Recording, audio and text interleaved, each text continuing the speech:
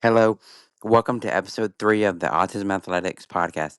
Originally, I was just going to do interviews with people that work in the sports world, but now I'm going to do other things where I give my thoughts and opinions about sports, specifically football and basketball. So, I was originally going to do a podcast episode about the 2025 NFL draft and specifically the quarterbacks. And I still plan on doing that hopefully soon. But we have breaking news from the NBA. A trade hasn't gone down. The Lakers and Mavs and Jazz have agreed to a trade. The Lakers will get from the Mavericks guard Luka Doncic, big man Maxi Kleber, and forward Markieff Morris. The Mavs will get big man from the Lakers big man Anthony Davis, guard Max Christie, and the Lakers 2029 first round pick. The Jazz will get the Clippers 2025 second round pick and the Mavs 2025 second round pick. This is such a big trade. I feel like it's not only shocking for me, but I feel like a lot of people are going to be shocked by this. I've already eh, talked to a friend about it, and he said he was absolutely shocked by this and couldn't believe it. I, I've already heard LeBron saying that he wants to play with Luka Doncic. This should be an interesting pairing. Both players like to have the ball in their hands, and both players are terrific passers. And LeBron's obviously more athletic than Luka, but they are kind of similar players in the sense that they're both terrific passers, both have very good size and strength for their position. Now, Luka's got that step back three. LeBron can do that, but that's really Luka's game, and he can just take over in all three aspects as a rebounder, scorer, and as a playmaker, just like LeBron.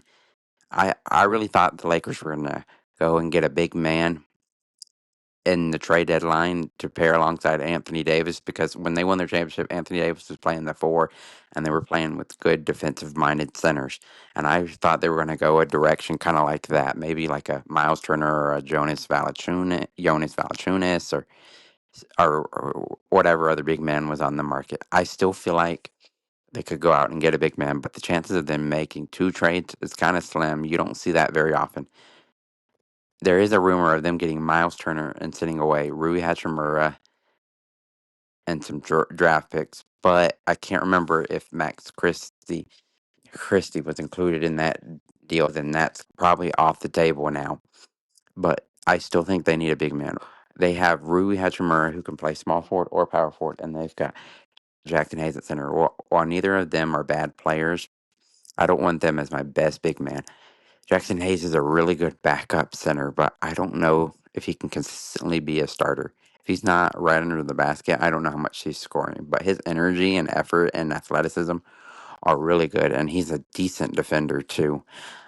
I think it's going to be interesting to see how LeBron and Luca and others end up playing together because, like I said before, I think LeBron and Luca are kind of similar type players, and I thought LeBron and Anthony Davis played really well with each other, especially in the pick and roll and pick and pop areas.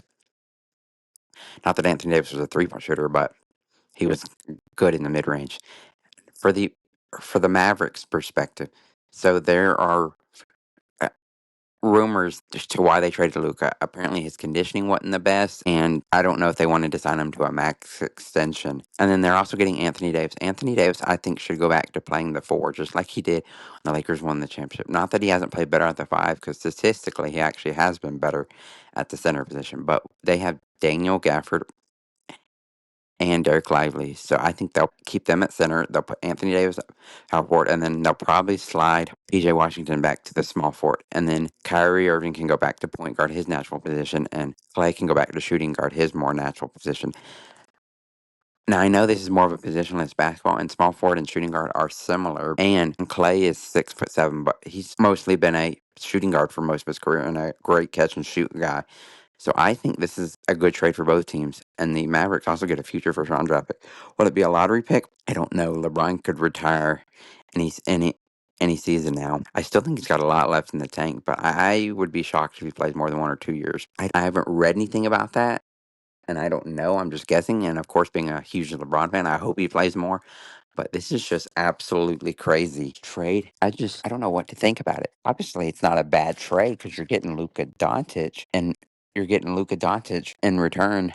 So it's obviously not a bad trade. But I just wonder if it's going to be a good fit. I mean, Luka's a great player, so it's hard to imagine him not fitting. But you never know. Sometimes good players team up and they don't fit. Not saying it's not going to work or that I don't like it. I'm just curious to see if they can make it work. I actually think it's got more potential than Anthony Davis. And if they can go out and get a big man, whether it be in the trade deadline or even in free agency, I think that would be good. I'm not asking you to go get some superstar, but if you can go get like a Jonas Valanciunas, a Clint Capella, a Miles Turner, whoever else is available via trade or free agency, somebody like that, like not necessarily a superstar, but somebody that can go out there and maybe average double-digit points, maybe double-digit rebounds too, because this team, they aren't going to be as good of a rebounding team. Now, Luka's a good rebounding guard, and I don't think they'll lose as much on the glass as you think. But I don't think they're going to be an elite rebounding team or anything like that. And defensively, they're going to lose that rim protection from Anthony Davis. And he wasn't a bad steals guy either. He was just a great all around defender who really guarded the paint well and who did a really good job just roaming around and not just guarding his position one on one, but just blocking your shots, whether you were driving to the hoop or you were just underneath the basket. Doesn't matter. He was great at blocking your shot, and they're going to miss that. The Mavericks, with Anthony Davis, Daniel Gafford, and Derek Lively, they could end up being one of the best shot blocking teams in the league. Maybe not the best because the Spurs have Victor Yama, who's putting up 4 blocks a game, but that's a whole nother topic of conversation that we don't necessarily have to get into right now. But this trade is just absolutely crazy. Now, there's some other rumors out there, like will Bradley Beal get traded? Another one is De'Aaron Fox. Will he get traded? And the Spurs are a rumor there.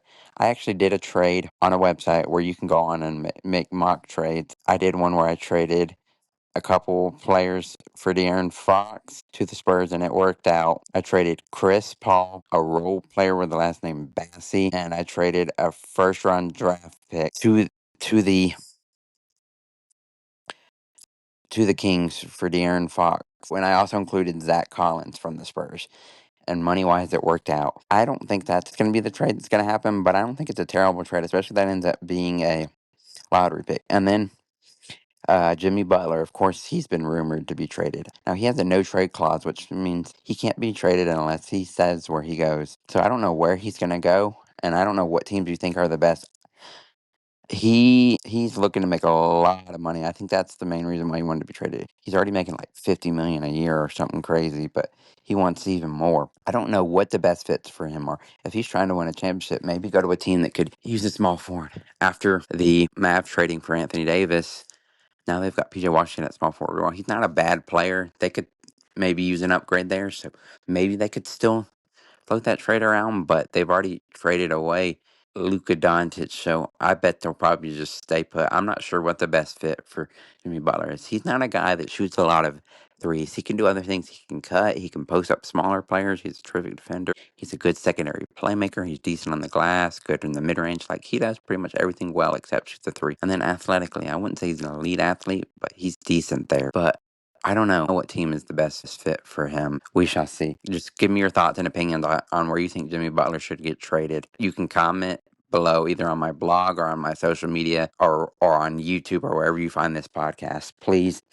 comment below and give me your thoughts on the trade deadline, on trades that have already happened and on trades you would like to see happen and players you think will get traded. Another rumor is Brandon Ingram. Brandon Ingram is a solid player for the Pelicans. He has been a one-time All-Star and he consistently averages 20 a game.